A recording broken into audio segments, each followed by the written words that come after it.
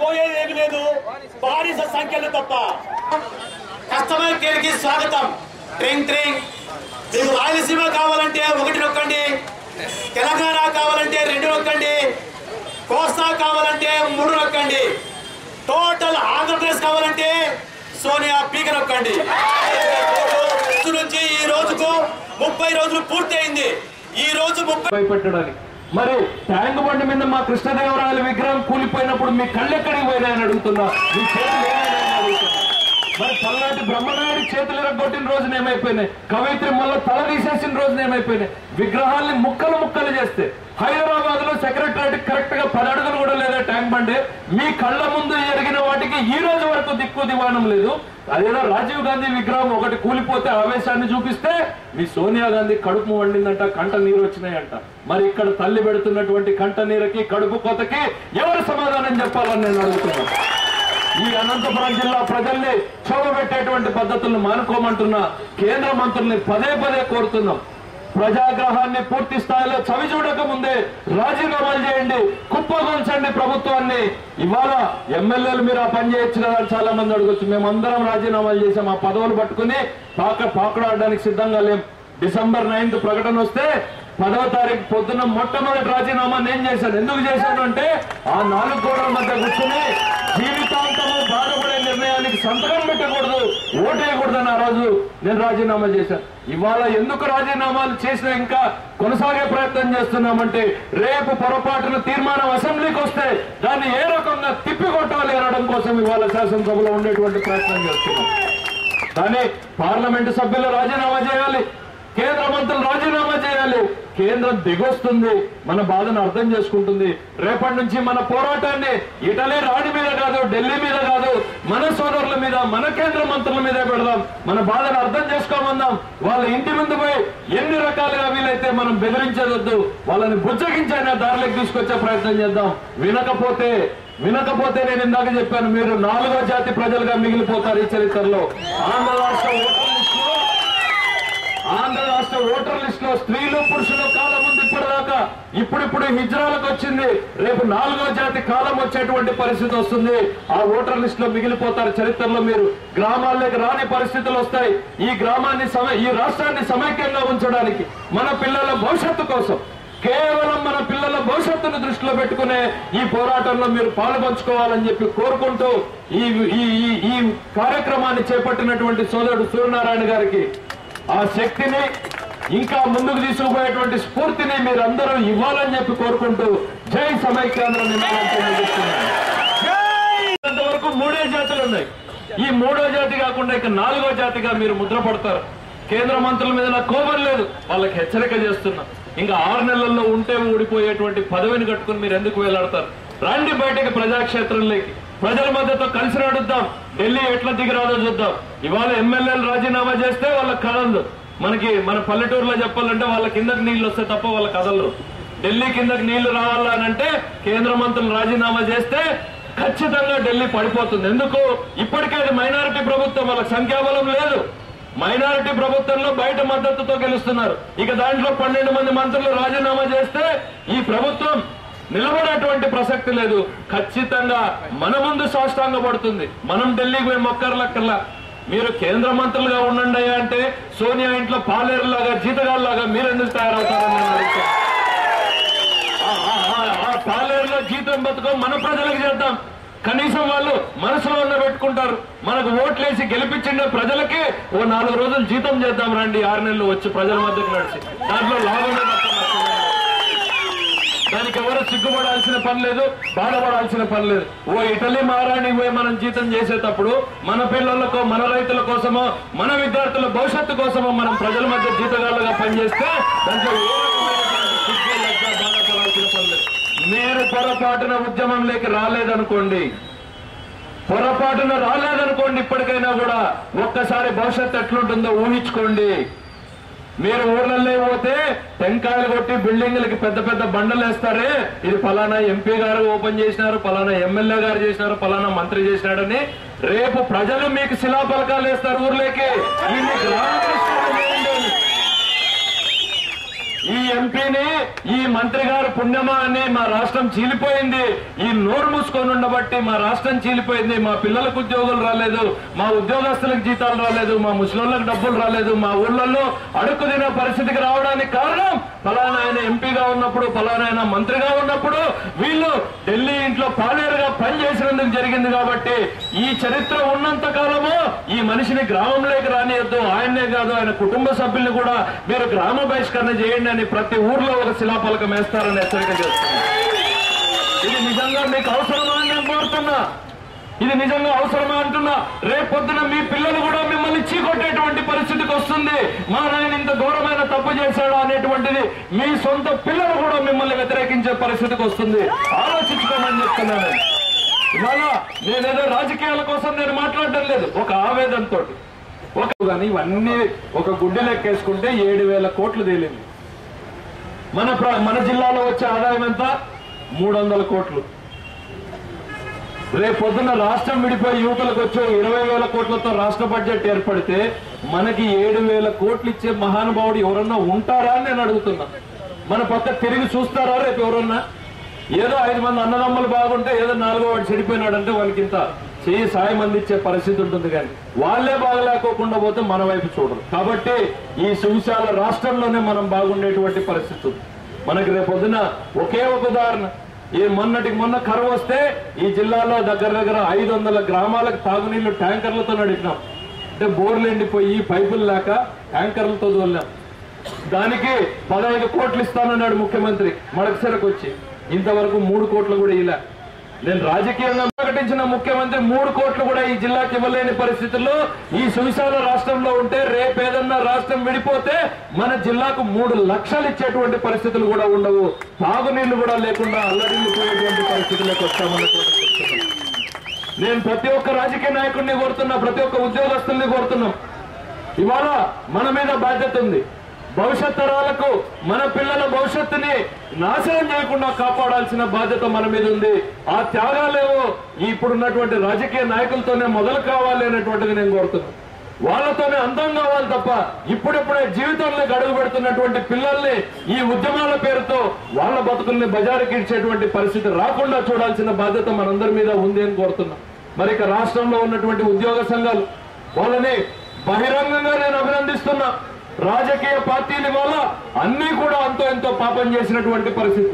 తలా పాపం తిలా పిడికడు ప్రతి ఒక్కరికి ఇంతింతుంది. ఇప్పుడన్నా ప్రజల గురించి మనం నిర్ణయాలు మార్చుకోవాల్సిన పరిస్థితుల్లో మేము ప్రజలు కట్టిన పన్నులతో జీతాలు తీసుకునే వాళ్ళం. ప్రజల కోసం నిలబడతామని వచ్చినటువంటి ఏపీ ఎన్జిఓలని, టీచర్లని, మరి వివిధ శాఖలకు సంబంధించినటువంటి ఆర్టీసీ కావచ్చు, కరెంటు కావచ్చు, మంచినీళ్లు కావచ్చు, ఇరిగేషన్ కావచ్చు, అందరూ ఇవాళ రోడ్ ఎక్కారు. ఎక్సెప్ట్ కలెక్టర్, జాయింట్ కలెక్టర్ తప్ప మిగిలిన వ్యవస్థ మొత్తం కూడా జిల్లాలో కుప్పకూలిపోయింది. మరి వాళ్ళని కూడా ఖచ్చితంగా ఈ సందర్భంగా అభినందిద్దాం. ఇక అన్నింటికీ మించి మిత్రుడు తన కడుపు మార్చుకుని ఎవరన్నా నా ఎట్లా వాడైతే నేను ఇంకో సిద్ధాంతాలు చెప్తాను, 2 ఏట్లు కొట్టన్నా చెప్పాలా అనేటువంటిది చెప్తాను. పాపం సూర్యనారాయణ మనసు మార్చుకుని తన కడుపు మార్చుకుని ఢిల్లీకి జ్ఞానోదయం చేయాలనేటువంటి పరిస్థితి. ఎందుకు అనంటే నేను ఇందాక చెప్పాను, భారతదేశ స్వాతంత్రం తర్వాత చూడడం కోసం జరుగుతోంది. దాంట్లో ప్రతి ఒక్కరు ఇట్లా తమ కడుపు మార్చుకుని తాము బాధపడుతూ ఆ రకంగా అంటే గాంధీ చూపిన మార్గంలో ముందుకు పోతుంటే గాంధీ పేరు పెట్టుకున్న వాళ్ళు మాత్రం దాన్ని పొడిచేటువంటి పరిస్థితికి వచ్చారు. ఇవాళ రాజీవ్ గాంధీ విగ్రహం అనంతపురంలో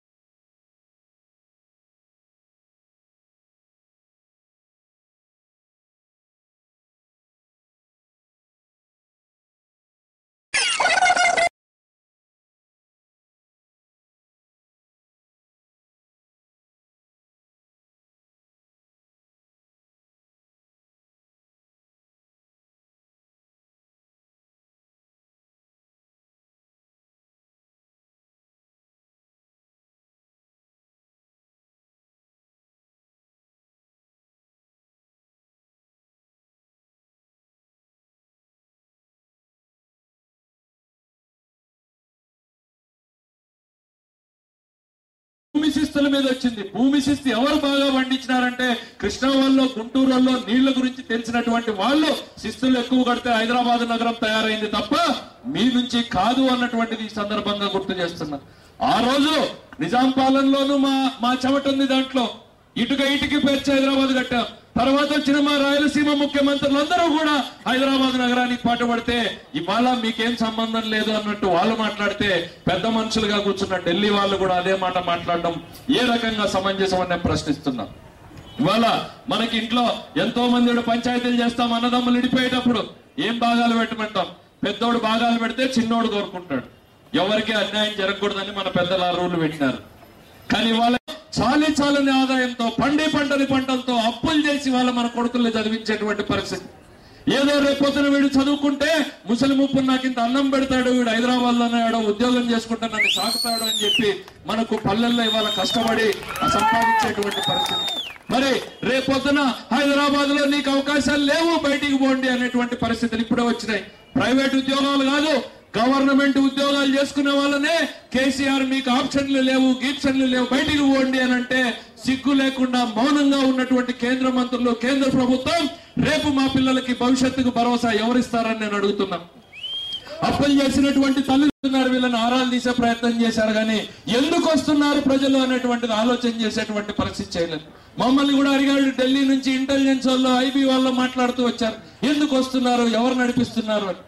ఒక రోజున అనంతపురంలో 8వ రోజు 9వ రోజు అనుకుంటా మొత్తం మహిళలు ముట్టడి చేశారు. వాళ్ళకి ఆ రోజున కనువిప్పు కలగలేదు. ఎందుకు ఇంతమంది మహిళలు వచ్చారు, మీ జిల్లాలో ఏం జరుగుతోంది మాకు అర్థం కావడం లేదని చెప్పారు. ఈ జిల్లాలో పేదరికాన్ని మొట్టమొదటి చూసేది ఎవరు అనంటే ఈ పేదరికంలో కుటుంబాన్ని నడిపేటువంటి మహిళే. మొగుడాడో బయట తిరుగుతాడు, చేసుకొని వస్తాడు, కూలీ పోతుంది, కొడుకు నొండి పెడుతుంది, కష్టాల్లో చూసేటువంటిది మహిళ. కాబట్టి ఆ పేదరికాన్ని చూసినటువంటి మహిళ ఇవాళ తిరుగుబాటు చేసింది. రేపొద్దున తన కొడుక్కి భవిష్యత్తు ఉండదని తెలుసుకున్నటువంటి మహిళ రోడ్డు ఎక్కింది. మరి ఇది చూసి ఒక తల్లిలాగా ఎట్లా బాధపడుతున్నారో సోనియా గాంధీని కూడా ఒక తల్లిలాగా ఆలోచించమని చెప్పి నేను ఆ రోజు ఆ ఢిల్లీ సర్కార్లకు చెప్పడం జరిగింది. కానీ ఇవాళ ఏం జరుగుతుంది మన పరిస్థితి? కడుపు కోత మీకు తగులుతుంది, ఉసురు తగులుతుంది, మీరు మేల్కోండి, ఇప్పటికైనా సరిదిద్దుకోండి అని చెప్తున్నా. మీరేదో చెడిపోవాలనో మీరేదో నష్టపోవాలనో మేము కోరుకోవడం లేదు. రాజకీయాలు రాజకీయ ప్రత్యర్థులుగా తెలుసుకుంటాం, కానీ తెలుగు జాతి ప్రజల ఉసురు గోడు ఖచ్చితంగా తగులుతుంది. అది తగలకుండా ఉండాలి అంటే ఇప్పటికైనా మీరు మేల్కోండి. నిజంగా పెద్ద మనుషుల్లాగా వ్యవహరించాలంటే మీ నిర్ణయాన్ని వెనక్కి తీసుకోండి. ఈ రాష్ట్ర సంక్షేమం గురించి ఆలోచించమని చెప్తున్నా. ఇన్ని పరిస్థితులు ఇక్కడ జరుగుతూ ఉంటాయి. ఒకవైపు మన పిల్లలకు ఉద్యోగాలు లేకుండా, మన ఊర్లో చెప్పినట్లు కిందకి నీళ్లు వస్తే తప్ప వాళ్ళు కదలరు. వాళ్ళ కిందకి నీళ్లు పోవాలా, వాళ్ళ కుర్చీ కిందకి నీళ్లు పోవాలా అంటే ఢిల్లీలో ఉన్న ఎంపీలో, కేంద్ర మంత్రుల్లో కదలల్లా. రాష్ట్రం ఇవాళ రగులుతో అంటే రాష్ట్రంలోకి అడుగు పెట్టకుండా తిరుగుతున్నారు కేంద్ర మంత్రులు. చిరంజీవి గారు, లేకపోతే కావూరు సాంబశివరావు గారు, పురంధరేశ్వరి గారు, వీళ్ళందరూ ఎక్కడున్నారు? మొహం చాటేసినటువంటి పరిస్థితి. వీళ్ళని ఒకటే కోరుతున్నానని ఇవాళ గ్రామాల్లో మనం ఒక ట్యాక్స్ ఉన్నటువంటి ద్రోహమో పాపమో ఉంటే ఒక్కొక్క ఊర్లో ఒక్కొక్క ఇంటికి మీ పేరు మీద శిలాఫలకం వేయాలా. వీళ్ళని గ్రామ బహిష్కరణ శిక్ష విధించండి. వీళ్ళు ఈ ఊర్లోకి ఇప్పుడు కాదు, ఇప్పుడు కేంద్ర మంత్రులు ఇవాళ ఆలోచించుకోవాలని చెప్పి కోరుతున్నా. ఈ రాష్ట్రం రగులుతూ ఉంటే మీ పిల్లల భవిష్యత్తు కాదు, మన పిల్లల భవిష్యత్తు ఇవాళ అంధకారంలో నిలిచిన పరిస్థితుల్లో మీరు ఇంకా 6 నెలల్లో ఉంటుందో ఊడుతుందో తెలియనటువంటి ఆ పదవిని పెట్టుకుని వేలాడే బదులు ప్రజాక్షేత్రంలోకి రండి. ఏమైతే అదైతుంది, ఉంటుందో ఊడుతుందో వస్తుందో రాదో ప్రజలతో కలిసి పోరాటం చేస్తే ప్రజల మధ్య నడిచేటువంటి అవకాశం ఉంటుంది. ప్రజలతో గౌరవామానాలైనా మీకు దక్కుతాయి. లేకపోతే ఊరిలోనూ మీ పేరు మీద శిలాఫలకాలు వేస్తారు. ఫలానా ఆయన మంత్రిగా ఢిల్లీలో ఒప్పుకున్నందువల్ల ఈ రాష్ట్రం చీలిపోయింది, మా పిల్లలకు ఉద్యోగాలు లేకపోయినాయి, మా ఉద్యోగులకి, మా ముసలిళ్ళకు ఊర్లో పెన్షన్లు లేకుండా పోయినాయి, ఈ ఇంటి కడుపు కోత కారణం ఫలానా మహానుభావుడు, ఈ శిలాఫలకం ఉన్నంతకాలం ఆయన్ని గాని ఆయన కుటుంబ సభ్యులు గాని గ్రామ బహిష్కరణ విధించండి అని ప్రతి ఊర్లో శిలాఫలకాలు వేసే రోజులు వస్తాయి. మీ సొంత బిడ్డలు కూడా మిమ్మల్ని చీకొట్టే రోజులు వస్తాయి. మా నాన్న ఇట్లాంటి దుర్మార్గపు పని చేసినాడా, ఇన్ని వేల మంది కడుపు కోతకి కారణమై ఇంతటి స్వార్థంతో ఆలోచించాడా అని మీ గురించి ఆలోచించి మీ సొంత బిడ్డలు ఆలోచించే రోజులు వస్తాయి. మీరు ఇవాళ ఆలోచించుకోమని హెచ్చరిక చేస్తున్నా. 6 నెలల పదవి, 6 ఏళ్ళు లేదు మీకు, 6 నెలలకు ప్రారంభమైన పోరాటమే. మళ్ళీ మొన్న 28 రోజుల క్రితం మొదలైంది. మొట్టమొదటిసారి మొదలైంది మళ్ళీ అనంతపురంలోనే. ఈ నిప్పురవ శ్రీకాకుళం జిల్లా వరకు పాకింది. దాదాపు నెల రోజుల పాటు స్కూళ్ళు లేవు, ఆఫీసులు లేవు, షాపులు లేవు, అన్నీ మూసుకుని రోడ్డు మీద కూర్చున్నారంటే ఎంత పట్టుదలతో ఉన్నారు, ఎంత గట్టిది వారి సంకల్పం అనేటువంటిది ఈ సందర్భంగా ఢిల్లీ పాలకులు తెలుసుకోవాలని చెప్తున్నాం. భారతదేశ చరిత్రలో ఢిల్లీ నుంచి ఒక పాత్రికేయ మిత్రుడు మొన్న ఫోన్ చేసి చెప్పాడు, స్వాతంత్ర పోరాటం తర్వాత జరిగిన అతి ఎక్కువ మందితో జరిగినటువంటి అహింసా పోరాటం ఈ సమైక్యవాద పోరాటం అనేటువంటిది. ఇవాళ తెలంగాణలో జరిగిన పోరాటం గాని, బోడోల్యాండ్, గుర్ఖాల్యాండ్, కాశ్మీర్ కోసం జరిగిన పోరాటాలన్నీ కూడా హింసాయుతమైనటువంటి పోరాటాలే తప్ప ఎక్కడ కూడా శాంతియుతమైనటువంటి పోరాటాలు జరగలేదు.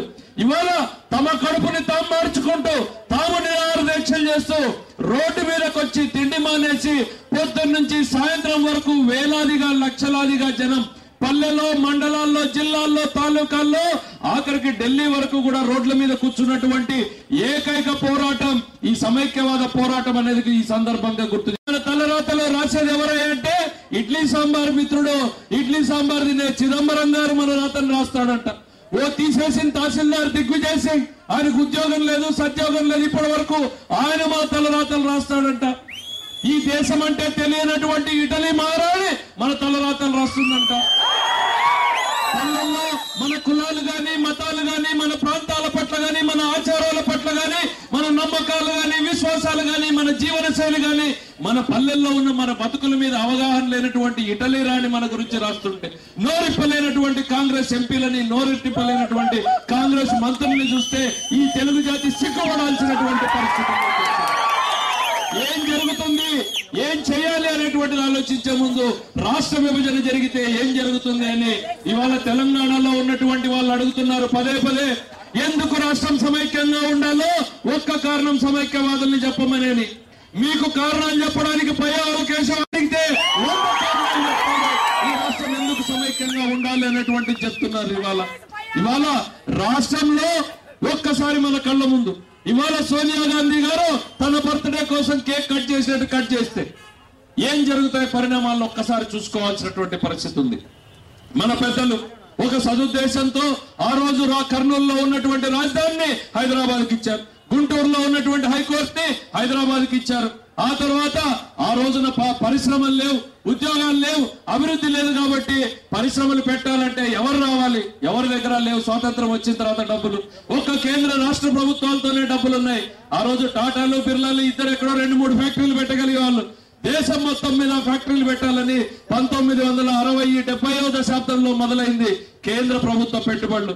మన పెద్దల మనుషులను అడిగినారు ఆ రోజు ఎక్కడ పెట్టాలంటే హైదరాబాద్ లో పెట్టారు. 1 కాదు, 2 కాదు, 3 కాదు, 4 కాదు, 10 కాదు, 100 కాదు, దాదాపు 200 ఉండేటువంటి వాళ్ళ పరిస్థితి. ఇట్లాంటి ఫ్యాక్టరీలు 1 కాదు, BHEL, BEL, IDL, IDPL, DRDL ఇట్లా పెట్టుకుంటూ పోతే 103 ప్రభుత్వ రంగ సంస్థలు హైదరాబాద్ లో పెట్టుబడులు పెట్టాయి. ఎవరి సొమ్ము ఇదంతా? కేంద్రం మన ఆంధ్ర రాష్ట్రం కోసం ఇచ్చింది. హైదరాబాద్ తెలంగాణలో ఉందని పెట్టుబడి పెట్టలేదు, హైదరాబాద్ ఆంధ్రప్రదేశ్ లో ఉంది అని చెప్పి ఆ రోజు 103 సంస్థలు పెట్టుబడులు పెట్టాయి. 1 కాదు, లక్షల కోట్లు, వేల మందికి ఉద్యోగాలు ఇచ్చేటువంటి పరిస్థితిని కల్పించారు. పోనీ మిగిలిన రాష్ట్రాలు ఏం చేసేది అనేది ఒక్కసారి చూస్తే మనతో పాటు ఇచ్చినటువంటి ఫ్యాక్టరీలే మహారాష్ట్రకు కూడా ఇచ్చినారు. ఆ రోజు ఉద్యోగాలు ఎవరికి వస్తాయి? మనకు రావాల్సినటువంటి ఉద్యోగాలు. దాని తర్వాత చంద్రబాబు నాయుడు గారు సాఫ్ట్వేర్ ఎగుమతుల్ని తయారు చేయడానికి ఆయన ఐటీ రంగాన్ని అభివృద్ధి చేశారు. లక్షల ఉద్యోగాలు ఇవాళ కల్పించారు. ఇందాక చెప్పినట్టు 60,000, 70,000 ఉద్యోగాలు వచ్చేటువంటి పరిస్థితిని కల్పించారు. ఇవాళ దాని పరిస్థితి ఏంది? హైదరాబాద్ లో మన రాష్ట్రంలో 55,000 కోట్ల రూపాయల సాఫ్ట్వేర్ ఎగుమతులు గత సంవత్సరం జరిగితే 54,700 కోట్లు ఒక్క హైదరాబాద్ నుంచి జరిగినాయి. మిగిలిన రాష్ట్రం అంతా కలిపితే 300 కోట్లు. అంటే ఉద్యోగాలన్నీ హైదరాబాద్ లోనే ఉన్నాయి. కర్నూలులో లేవు, చిత్తూరులో లేవు, కడపలో లేవు, అనంతపూర్లో లేవు, శ్రీకాకుళంలో లేవు, నెల్లూరులో లేవు, విజయవాడ, విశాఖపట్నంలో ఉంటే 3వ 4వ ఫ్యాక్టరీ చేసి మన పూర్వకాలంలో పెద్దలు చెప్తారు ఎందుకు ఎగేసి బర్రెకి మెల్లేసి అన్నట్ల. ఇవాళ అవతల టీఆర్ఎస్ కి ఎగేసింది, ఇవాళ వైఎస్ఆర్ కాంగ్రెస్ కి మెల్లేసింది. కాంగ్రెస్ పార్టీ సినిమా చూసుకుంటూ కూర్చోండి. వస్తే 2 ఎద్దులు బర్రె మళ్ళీ మందొట్లకి రావాలి కదా, యాటికి పోతాయి అనేటువంటిది అంతా. ఇది ఎక్కువ కాలం చల్లుబాటు కాదు అనేటువంటిది ఇవాళ వైఎస్ఆర్ కాంగ్రెస్ పార్టీకి చెప్తున్నాం. మీకు మీ పోరాటం మీరు చేయండి. ఒక రాజకీయ పార్టీగా దాన్ని అభినందించలేకపోయినా కనీసం మేము మౌనంగానే ఉంటాం. మీరు కాంగ్రెస్ ని విమర్శించరు, సోనియాని విమర్శించే ధైర్యం మీకు లేదు. ఆఖరి కిరణ్ కుమార్ రెడ్డి మీద మాట్లాడు, కిరణ్ కుమార్ రెడ్డి మిమ్మల్ని మాట్లాడు. ఇది మ్యాచ్ ఫిక్సింగ్ కాదా? ఇది మ్యాచ్ ఫిక్సింగ్ కాదా? కిరణ్ కుమార్ రెడ్డి ముఖ్యమంత్రి 3 ఏళ్ళు అయితే ఒక్కసారన్నా జగన్మోహన్ రెడ్డిని కానీ వైఎస్ఆర్ కాంగ్రెస్ ని తిట్టినాడు? పోనీ విజయమ్మ గారు ఎప్పుడన్నా కానీ సోనియా గాంధీని తిట్టిందా? వైఎస్ఆర్ కాంగ్రెస్ పార్టీలో ఎవరన్నా సోనియాని తిట్టినారా?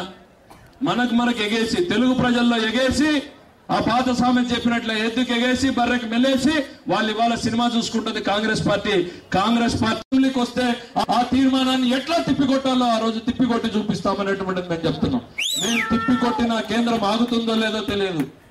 శత్రువు మొండిగా పోయేటువంటి పరిస్థితుల్లో మనం కూడా అంతే మొండిగా వ్యవహరించాలి. ఇవాళ పార్టీల ఇబ్బందులు అందరికీ ఉన్నాయి, కానీ పార్టీల ఇబ్బందుల్ని అధిగమించాల్సినటువంటి పరిస్థితులు వచ్చినాయి. శాశ్వతంగా మన ప్రాంతాలు నష్టపోయేటువంటి పరిస్థితి వచ్చినప్పుడు చరిత్రలో హీనులుగా మిగలడం కన్నా చరిత్రలో హీరోలుగా మిగలడం మేలు. మీరు కూడా ప్రజాక్షేత్రంలోకి రమ్మని చెప్పి నేను కేంద్ర మంత్రులు కోరుతున్నా. రాకపోతే ఈ రాష్ట్రంలో ఇప్పటికే పిల్లలు వచ్చారు, ముసలోళ్ళు వచ్చారు, మహిళలు వచ్చారు, పురుషులు వచ్చారు, ఆఖరికి హిజ్రాలు కూడా రోజు రోడ్డు మీదకి వస్తున్నారు. రాంది మీరు ఒక్కరే అవుతారు, 4వ జాతిగా మిగిలిపోతారు అనేటువంటిది ఇవాళ గుర్తుకు వస్తుంది. ఓటర్ లిస్ట్ లో కూడా మీ పేర్లు ఉండవు. ఓటర్ లిస్ట్ లో 2 పేర్లే ఉంటాయి. స్త్రీలు పురుషులు ఇప్పుడు హక్కుల కోసం పోరాడుతున్నారు కాబట్టి ఇవాళ హిజ్రాలను కూడా గౌరవించాల్సిన పరిస్థితి ఉంది. వాళ్ళు కూడా ముందొచ్చి నిలబడ్డారు కాబట్టి వాళ్ళని కూడా మనం గౌరవించాల్సిన పరిస్థితి ఉంది. రానిదెవరయ్యా అంటే కేంద్ర మంత్రులు. ఇక వాళ్ళు మొన్న హిజ్రాలు చెప్తున్నారు, మా సంఘానికి మీరు దరఖాస్తులు పెట్టుకున్నా మేము తిప్పి కొడతాం, ఎందుకనంటే మా సంఘానికి కూడా మీరు అనర్హులు అనేటువంటిది. ఇవాళ ఇంత దయనీయమైన స్థితిలో యాంటోనీ కమిటీ అన్నారు, అది కూడా చీప్ అంటే మనం రాము అని అంటే ఇవాళ అధికారులతో కమిటీ వేస్తామంటున్నారు. ఒకవైపు అది కూడా వద్దు, పార్లమెంట్ లో ఉన్న అన్ని పార్టీలతో కమిటీ వేయండి, రాష్ట్రాల విభజనని దేశవ్యాప్తంగా నిర్ణయం తీసుకోండి, అప్పుడు మాత్రమే దీన్ని చేయండి అనేటువంటిది మనం డిమాండ్ చేస్తున్నాం. ఇప్పటికి 2 మెట్లు ఢిల్లీ దిగింది, మనం ఇంకొక అడుగు ముందుకేస్తే ఇంకో మెట్టు ఖచ్చితంగా దిగుతుంది. అయితే మన మీద అసెంబ్లీ తీర్మానం చేసింది, చంద్రబాబు నాయుడు 4 లేఖలు రాస్తే ఇంతవరకు మాదిగోళ్ళకి ఎందుకు ABCD వర్గీకరణ చేయలేదు? మీరు ఢిల్లీలో న్యూక్లియర్ ఆపమని చెప్పి రాస్తే మీరు ఆపినారా? ఇట్లాంటి ఒక 25 లేఖలు ఉన్నాయి. ఇవాళ చంద్రబాబు నాయుడు గారు లేఖ రాస్తే నువ్వు లేఖ రాసినావు తల్లి. చంద్రబాబు నాయుడు గారు ఏమన్నారు? తెలంగాణలో ప్రకారము రాష్ట్రాన్ని విడగొట్టే హక్కు నీకే ఉంది, నువ్వే చేయంటే కత్తాడుంది, కత్తి తీసుకొని పొడుసు అని చూపించినావు. నువ్వు మంచి నిర్ణయం చేయని చంద్రబాబు చెప్పింది తప్పైతే కత్తాడుంది తీసుకొని పొడుసు అని చెప్పినామా, నువ్వు ఏ రకంగా గొప్పగా చెప్పినావు? పోనీ ఇవ్వాలన్నా నువ్వు మనసు మారి సమైక్యం మాట్లాడుతుంటే సంతోషిస్తావు. నువ్వు ఢిల్లీకి పోయేమో ఒప్పుకొని వస్తావు, అమ్మ నీ కొడుకుని ప్రధానమంత్రిని చేస్తాను, ఎట్లన్నా నా కొడుకు బెయిల్ ఇప్పించు, నా కొడుకుని బయటకు తీసుకురా. ఈ మాట అనలేదా? ఈ రహస్య ఒప్పందం నువ్వు చేయలేదా? భారతి SV సుబ్బారెడ్డి గారు ఢిల్లీకి పోయి రహస్య ప్రయత్నాలు చేయలేదా? ఓకే, తల్లిగా నువ్వు పోయినావు, భార్యగా ఆయన పోయింది, మేము అర్థం చేసుకుంటాం మీ ఆవేదన, మీరు ఏదో ఏడిపించుకోవాలని తాపత్రయపడుతున్నారు. కానీ దీంట్లో రహస్య ఒప్పందం, రాష్ట్ర విభజనకు మీరు ఒప్పుకొని వచ్చినారా లేదా? మీరు ఒప్పుకోండి, యువతలు మేమే పోరాడతాము, రేపొద్దున కాంగ్రెస్ రాకపోయినా మేము మీకు మద్దతు ఇస్తాము అనేటువంటి మాట మీరు ఒప్పుకున్నారా లేదా? ఒప్పుకోలేదు అనుకునేటట్లయితే విజయమ్మ గారికి ఈ వేదిక ద్వారా నేను సవాల్ చేస్తున్నా, ఈ రాష్ట్రాన్ని నిట్ట నిలువునా జించినటువంటి కాంగ్రెస్ పార్టీకి భవిష్యత్తులో ప్రకటించమని చెప్తున్నా, ప్రమాణం చేయమని చెప్తున్నా. నువ్వు వేదికలకి దీక్షలు చేసేటువంటిది కాదు, ప్రధానమంత్రిలో రాష్ట్రపతిలో కలిసేది కాదు. నీ చేతిలో నీ నోటి వెంట ఒక్క ప్రమాణం చేయి, చేతిలో పట్టుకున్నటువంటి పుస్తకం మీద నువ్వు పెట్టుకొని నేను కాంగ్రెస్ పార్టీని ఈ రాష్ట్రానికి అన్యాయం చేసి ఈ సీమాంధ్ర ప్రజల్ని నిట్ట నిలువునా ముంచినటువంటి కాంగ్రెస్ పార్టీకి నా ఊపిరిండగా 1 సీట్ వచ్చినా 2 సీట్లు వచ్చినా వాళ్ళకు మద్దతు ఇయ్యను అన్నటువంటి ప్రమాణం చేసి ప్రకటించమని చెప్తున్నా. నువ్వు ఢిల్లీకి పోయి నిరూపించుకోవాల్సిన పని లేదు. నీ నిజాయితీ ఏందో ఈ తెలుగు ప్రజల ముందు ప్రమాణం చేసి నిరూపించుకోమని చెప్తున్నా. కానీ మీకు తెలుగుదేశం పార్టీ గురించి వేలెత్తి చూపేటువంటి అవకాశం కానీ ఆలోచన కానీ హక్కు కానీ మీకు లేదు అన్నటువంటి సందర్భంగా చెప్తున్నా. ఇవాళ తెలుగుదేశం పార్టీ శాసనసభ్యులుగా ఉండి ఒక ఆవేదనతో, ఒక ఆక్రోశంతో, ఒక బాధతోటి ఈ రాష్ట్రం ఇట్లా జరిగిపోతుంది, ఏ రకంగా దీంట్లో నుంచి బయటపడాలి? పార్టీల్లో అనేక ఇబ్బందులు ఉన్నాయి, అందరికీ ఉన్నాయి. ఈ